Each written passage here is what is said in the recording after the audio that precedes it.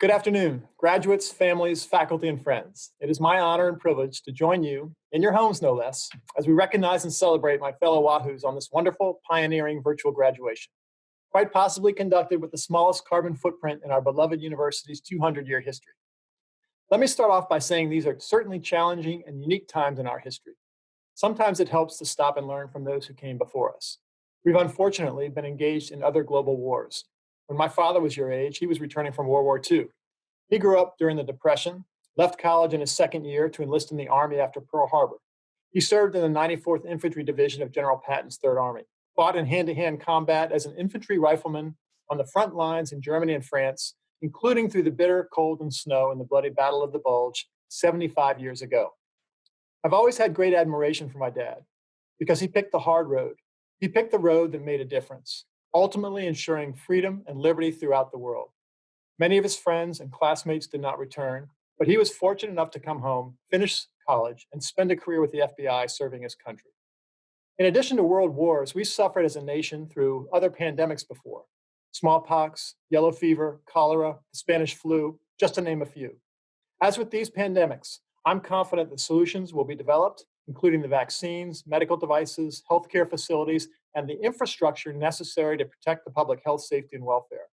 Certainly, civil engineers will be essential service providers and critical members of the solutions team. Indeed, it has been civil engineering advancements with clean water and sanitation that have been integral to solving a variety of past pandemic challenges.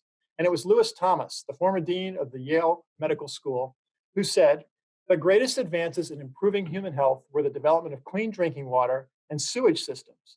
So we owe our health as much to civil engineering as we do biology." Be it a pandemic, a hurricane, an earthquake, or a tsunami, the public will always rely on innovative civil engineers to keep them safe. For it is civil engineers who plan, design, build, operate, and maintain our healthcare facilities, transportation networks, sewage treatment plants, drinking water facilities, indeed, the cities, towns, infrastructure necessary for our quality of life. Please also understand that you may not always be recognized and thanked for your service as you should. As an example, in January of 2016, I was in Anchorage, Alaska, with a bunch of other students, younger members, ASC conference during a large earthquake. I awoke at 1:30 in the morning on the 10th floor of my hotel. It was shaking violently. The closet door swung open, water splashed out of the toilet bowl onto the floor. I was startled, to say the least. Now, the hotel, however, performed exactly as it was designed. It did not collapse, and the engineers and students who gathered in the hotel lobby were pretty calm and collected. To this day, I'm eternally grateful for the unnamed civil engineers, structural, geotechnical, who saved our lives that night. They did not appear on the news, as would emergency responders who deservedly receive recognition for saving lives when they're at risk from disasters. But those engineers can take comfort in knowing they saved lives that night. They truly made a difference. As you head into the workforce, you're going to have opportunities to serve, to lead, to make a difference.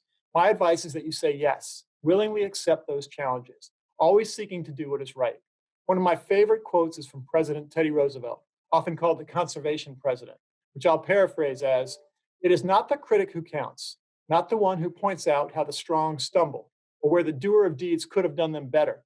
The credit belongs to those who are actually in the arena, whose faces are marred by dust and sweat and blood, who strive, who err, who come up short again and again, because there is no effort without error and shortcoming.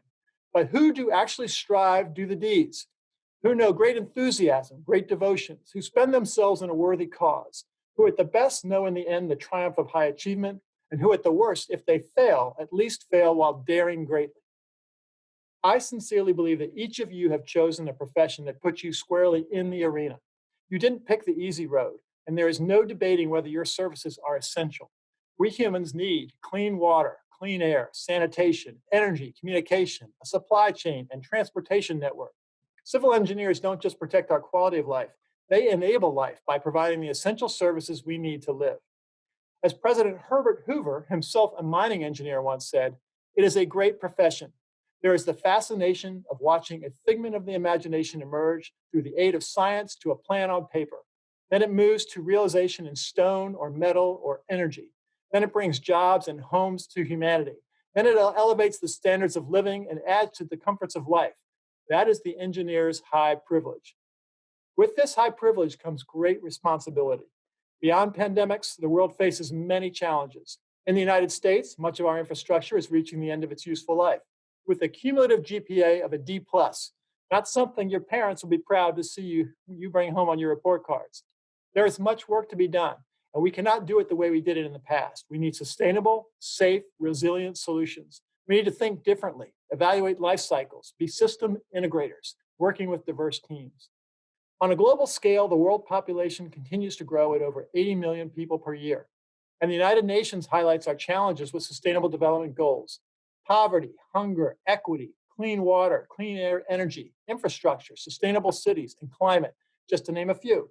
Each of these sustainable development goals is critical for humanity and for our planet, and each of these goals requires civil engineering as part of the solution. You will be challenged with saving lives, preventing disasters, and finding solutions. Thanks to the University of Virginia, you have the unique skill set. You have this knowledge, the skills, the attitude necessary to design and build the civilizations of the future. A civilization that is sustainable, resilient, safe, and innovative, with solutions that meet environmental, economic, and social needs, and that harmonize with nature and don't fight with nature. You've been trained not just as technical experts, but with professional skills, ethics, leadership, communications, to enable you to be global leaders, building a better quality of life. You've been entrusted with the keys, not just to the future of your generation, but also to the future of generations to come. The decisions that you make, the hard decisions in the arena, will not only impact you and your children, but the health and well-being of future generations and of the planet. Quite an awesome responsibility and quite an awesome privilege, a high privilege. You've passed the test. You're already ready to go out there and dream big and to deliver.